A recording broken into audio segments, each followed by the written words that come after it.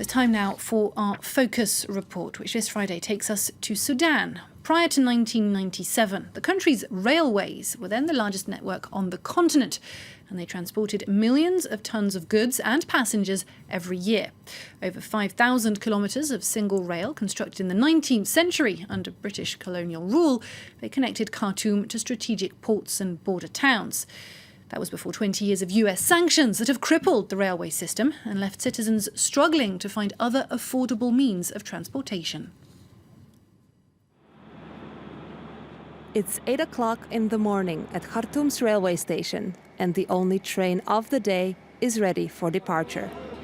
Sudan once boasted the largest railway network in Africa, but after almost 2 decades of US sanctions, the 330-kilometer line from Khartoum to Atbara is the only daily passenger service left. It reopened in 2014 after Chinese companies supplied this new train and repaired portions of the outdated track. The so-called Nile train has proven very popular among Sudanese. The train is cheaper and more comfortable than the bus. You feel like you're part of the society. You're sitting next to people, you can say hi. This is the Sudanese nation. You can talk to anyone, even if you don't know them. The Nile train brings back nostalgic memories of the 70s, when trains were the backbone of the economy and a great source of pride for Sudan. In the old days, you wouldn't find the same trains we have here in Sudan anywhere else in the world, except in India and the UK. Even some European countries didn't have what we had.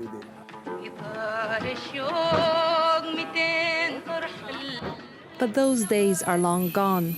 The government-owned Sudan Railway Corporation is one of 170 entities banned by the US Treasury.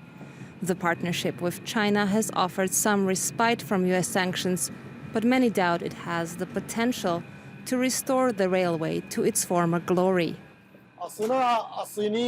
The Chinese products have lots of defects. They don't last very long. They last a few years, then they stop. The American trains used to work for years. Although this train is only 2 years old, it can't go faster than 70 kilometers per hour. It's very slow. This train could go at 80, 90, 100, but the track is in very poor condition. Sudanese officials blame the railway's demise entirely on US sanctions. They are keen to show off the devastating impact on the main workshops in Atbara. These are some of our American locomotives. We got them in 1975 and they worked until 2000. But then we could no longer get the spare parts. So since then, they've been out of service, and we're not benefiting from them at all. And so engineers have been forced to get creative, recycling old parts or doing deals with shady agents for new ones. But it hasn't been enough to stop the demise. The British-built colonial-style workshops have turned into a scrapyard. The city of Atbara is nothing but a shadow of its former self. Thousands of people who once depended on the railway are unemployed. But many here say that the sanctions were nothing but the nail in the coffin. Misguided domestic policies had killed the railway long before. Of course, sanctions played a role. Free market policies played a role. The demise of civil service played a role. But the poor selection of leadership is also to blame. If you don't hire the right people, then how can you expect results? Abdul Hafiz was one of thousands of technocrats fired in the early 90s, when President Omar al-Bashir consolidated power over the civil service. Despite his anger at the regime, he still believes American sanctions aren't justified. The victims of these sanctions are first and foremost the Sudanese people. One needs to differentiate between those who rule the country and its people. Every time the US government renews these sanctions, they come up with a new reason. One day it's because we support terrorism, the next day it's because we use chemical weapons. But this is all just talk. While the sanctions seem to have done little to weaken the regime, they have united the government, opposition, and citizens against them. People hold on to hope that during his last weeks in office, President Obama may at least partly ease the sanctions. But whether this would be enough to bring Sudan's railway back on track is uncertain.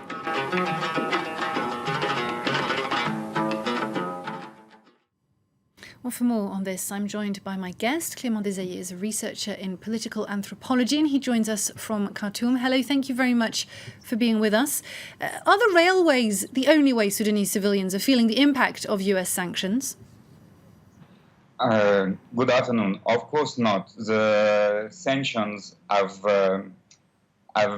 been creating a lot of problem, not only with the railway, but also with the currency exchange, also with the companies who are exporting or working outside.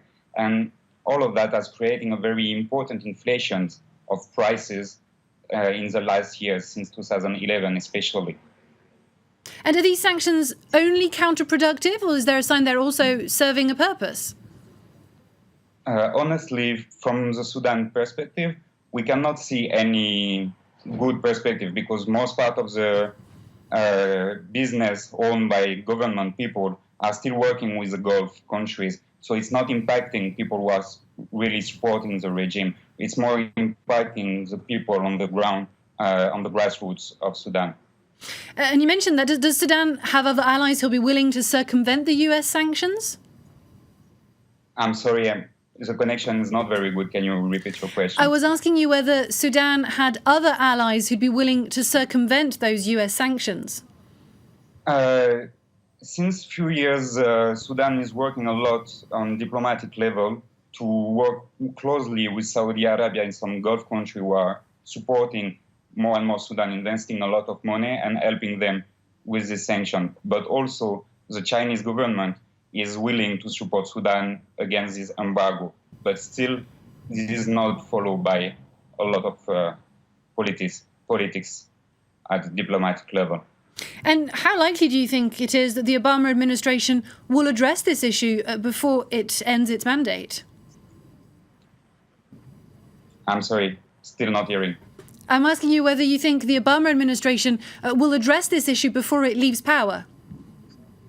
I don't think so. Like last year, like a couple of months ago, the Congress revoked the sanctions. They lightened for some products, like especially for medical products, but still the sanctions are ongoing and they revoked it. We are not going to any lighten of the sanction. And do you think that could change with the Trump administration? Obviously, I don't think that the sanction will change with since there is still a lot of political problem with the war in Darfur and some other problem in the south. I don't think now the Trump administration will change the policy of the Obama administration. Clément Desailly, thank you very much for having spoken to us there from Khartoum. Thank you.